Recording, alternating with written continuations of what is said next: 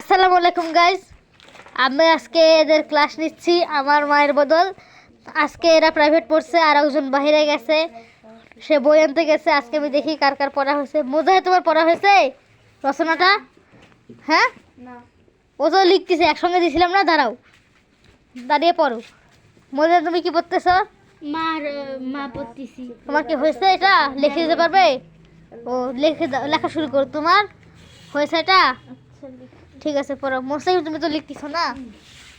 Guys, আজকে আমি একটা সিদ্ধান্ত নিয়েছি। এদেরকে আমি 3 দিন আগে এই মুজাহিদকে আর মোস্তাকিমকে এই রচনাটা দিয়েছিলাম, কিন্তু কারো পাইনি। সেই জন্য আজকে মোস্তাকিমের হয়েছে, ও লিখছে, আর মুজাহিদের হয়নি। সেই জন্য ওকে দাঁড় করালাম।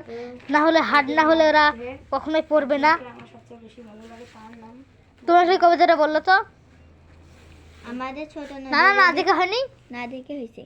বলো না, দেখে বলো। আমাদের ছোট নদী কে লিখেছেন? রবীন্দ্রনাথ ঠাকুর।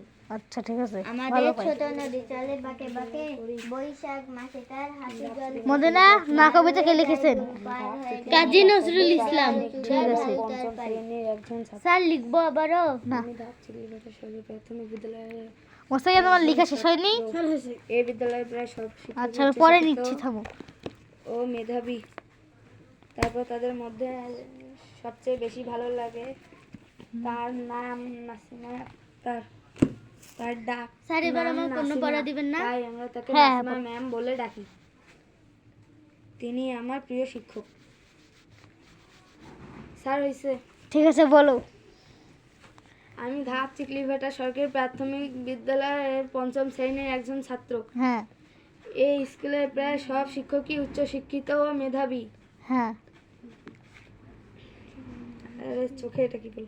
তারপর এদের মধ্যে সবচেয়ে বেশি ভালো লাগে তার নাম নাসিমা ম্যাম। স্যার নেই। তোমাকে দাঁড়িয়ে দেখতে হবে, নাহলে তোমার পড়া হবে না। তুমি আগে পুরোটা মুখস্থ করো, তারপর বলবে। বলো। ভূমিকা। আমার প্রিয় শিক্ষকের নাম নাসিমা ম্যাম। আমি ধাপ চিকলিঘাটা সরকারি প্রাথমিক বিদ্যালয়ে পড়ি। 5ম শ্রেণীর একজন ছাত্র।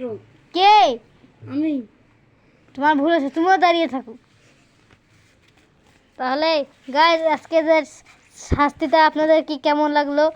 আপনাদের যদি এটা ন্যায় মনে হয় সেটি কমেন্টে জানাবেন। আর আজকের ভিডিওটি ভালো লাগলে লাইক কমেন্ট শেয়ার করবেন এবং চ্যানেলটিকে সাবস্ক্রাইব করবেন। আসসালামু আলাইকুম সবাইকে।